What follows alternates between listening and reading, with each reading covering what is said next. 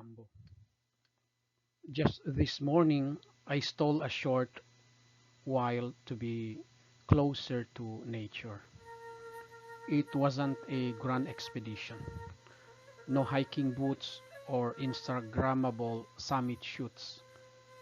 Just a quiet walk where the breeze smelled faintly of rain and the earth hummed in that patient way only trees and rivers understand. There, half hidden in the undergrowth, I saw it. A freshly cut bamboo trunk. I stopped. Something in the green sheen of its hollow body held me. It was as if the bamboo itself inhaled the afternoon light and exhaled a memory.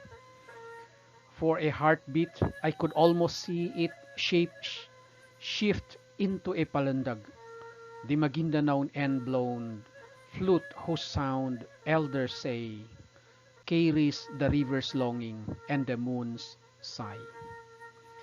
For the uninitiated, the palandag is a traditional bamboo flute of the Maguindanaon people, played by blowing across the edge of its carefully cut mouthpiece, producing a low, haunting melody that feels older than the hills themselves. As I gazed at the cut stalk, I thought I heard it, not a melody, but a cry. No, a wailing. It was the kind of sound you don't catch with your ears, but with the skin between your ribs. A sound that remembers the wind that once coursed through its hollow. A sound that knows what it means to be severed from its roots. But the reason for the cry runs deeper than simple remembrance of the Creator. It is the lament of separation from its origin, the mother bamboo trunk. It is the sorrow of being cut off and the aching longing for ultimate reunion with the beloved. In Islamic mysticism, or Irfan, the flute's lamentation is a classic symbol of the soul's grief at being parted from the divine beloved. This is precisely the theme of the opening poem, the Song of the Reed, of the Ma'nawi, or spiritual couplets, the Persian magnum opus of the Muslim poet-mystic Maulana Jalaluddin al-Balkhi, known in the world as Rumi. Listen to this reed, how it makes complaint, telling a tale of separation. Ever since I was cut off from my reed bed, men and women all have lamented my bewailing. I was a breast torn asunder by severance, so that I may fully declare the agony of yearning. Everyone is sundered far from his origin, longs to recapture the time when he was united with it. The reed also reveals that it pours out its sorrow to everyone, yet none truly understands the secret behind the agony. In every company I have poured forth my lament, I have consorted alike with the miserable and the happy. Each became my friend out of his own surmise. None sought to discover the secrets in my heart. My secret indeed is not remote from my lament, but eye and ear lack the light to perceive it.